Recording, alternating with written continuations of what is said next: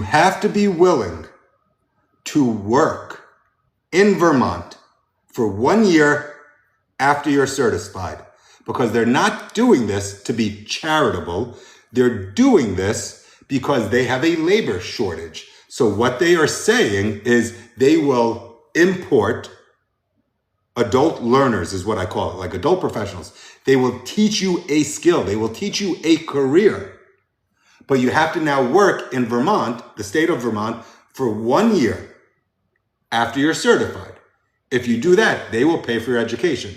Now, maybe that's like a catch where you're like, okay, well, I just spent 5 minutes listening to this buildup and you told me I have to live and work in Vermont for a year. And here's what I'm saying. Dude, they're paying $23,000 to train you, not so you could go back to Las Vegas and do HVAC there.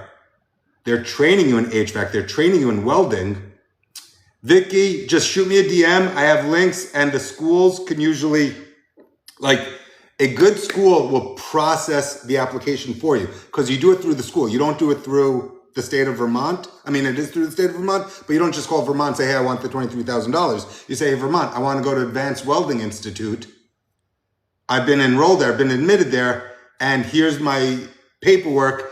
And then that's why, like in this example, Advanced Welding Institute, they will process it for you. So back to Vicky's question and to everyone else's question. The catch, right? There's always a catch because it's not like a charitable grant.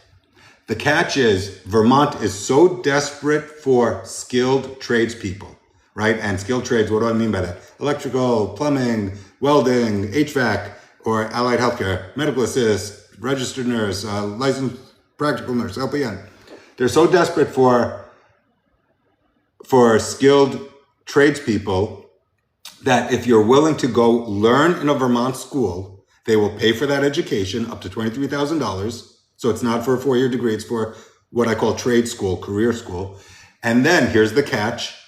You need to agree to work in Vermont for 1 year after. Because again, and this is fair to me, they're not saying, hey, Darius, I love your TikTok, so here's $23,000, go have fun. They're saying, hey, Darius, we need freaking welders in the state of Vermont. Come here, we will train you how to weld, and we will pay for it, but you got to work for a Vermont-based company for just 1 year after you're certified.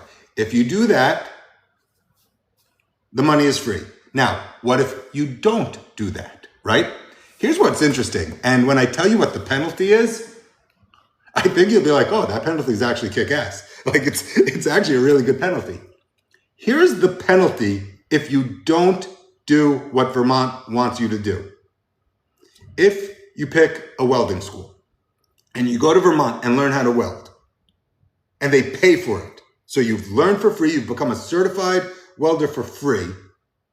And then you go back to Arizona and work there, Vermont will say, okay, well, we paid for your school.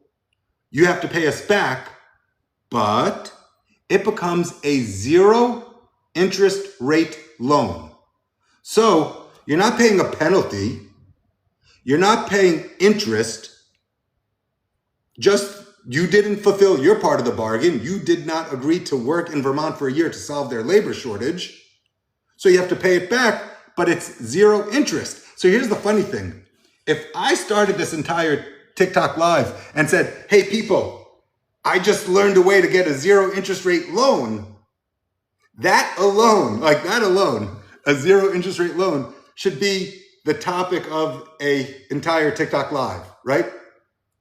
Free loans, no interest, right? Credit card interest is probably 32%. Federal student aid is probably around 8-9%. Private student loans is probably like 12 to 16%. So if I did a whole TikTok live about, hey people, here's how you get an interest-free loan, 0%, that alone would be worth like joining.